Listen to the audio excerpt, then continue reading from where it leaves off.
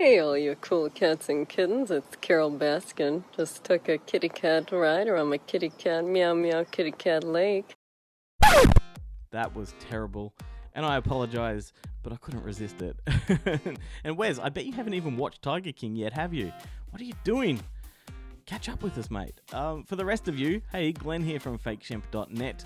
Excuse my raspy, gravelly voice. I've been recording all day, and I am 100% spent. So I think it's time to put down the mic and drink some tea. But in the meantime, I think I'll just dish up one more little treat for you. I got a film. I was thinking actually, what movies do I have that I can relate to Tiger King? Because Wes seems to talk about it every week, and yet he hasn't seen it. And I found one, 1986. It's a movie called Fair Game. And yes, Wes, there's nudity. Yeah, well, okay, it's not quite the Tiger King, but it's as close as I could get. And I mean, yes, we do have a woman who runs a wildlife sanctuary, but she's not batshit crazy. And we do have a bunch of guys hell-bent on driving her away, but none of them have padlocks at the end of their cocks. Fair Game is a genuine and precise example of exploitation. It was made in 1986, right at a time when the whole Ozploitation brand of cinema was beginning to fade away, in favour of the American stuff coming from overseas. And I guess this was the point in time where we sort of lost our cinematic voice for a while as the 90s crept up. But anyway, it tells the story of a young woman living alone on a massive wildlife sanctuary, and she's terrorised by a group of psychotic poachers. After toying with her on the roads into town and leaving creepy trinkets in her house, they step up their campaign of fear by making her the object of their poaching.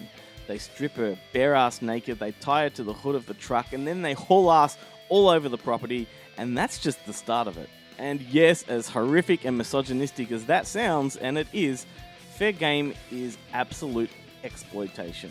But just as all of those great rape revenge movies that came before it, like I Spit on Your Grave, Last House on the Left, there is a wonderful final act of revenge, and boy is it glorious. But the acting in this movie is pretty shit, if I am being honest with you. But that's not always why we watch these movies, and in this case, it's all about the eccentricities, the weird characters, and the incredible set pieces. And once again, this is another example of an Aussie movie that influenced Quentin Tarantino. I say it all the time, he adores our genre films, and he's adamant that this one is one of the best. In fact, the entire second half of his movie Deathproof was just one huge tribute to Fair Game, and him tying Zoe Bell to the hood of that Dodge Challenger was staged almost identically to Fair Game.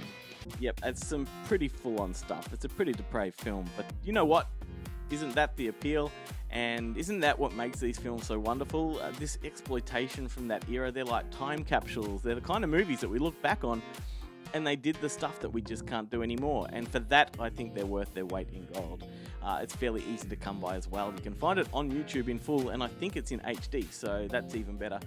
So if you like the look of that, go and check it out. And find me at fakeshemp.net. I'd love to hear your thoughts on it. We've got lots of cool stuff coming up on our website. We've got a whole lot of new video content coming, including a trashy corner of mayhem and depravity that I'm not going to say too much about, but watch this space. Of course, we've got the regular podcast dropping every week. This coming week, we have an entire Hitchcock episode.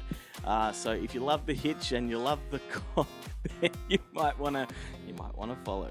I think I've said enough. I'll catch you next week. Take care. Ciao.